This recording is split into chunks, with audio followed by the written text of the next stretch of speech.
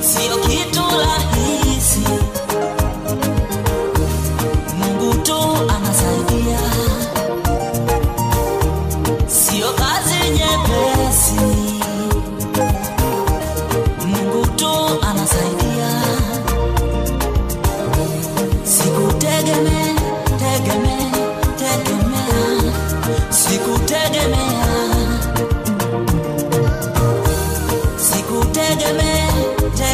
sikutegemea, sikutegemea. Ainuliwe Mungu wangu juu, asifiwe Mungu wangu juu.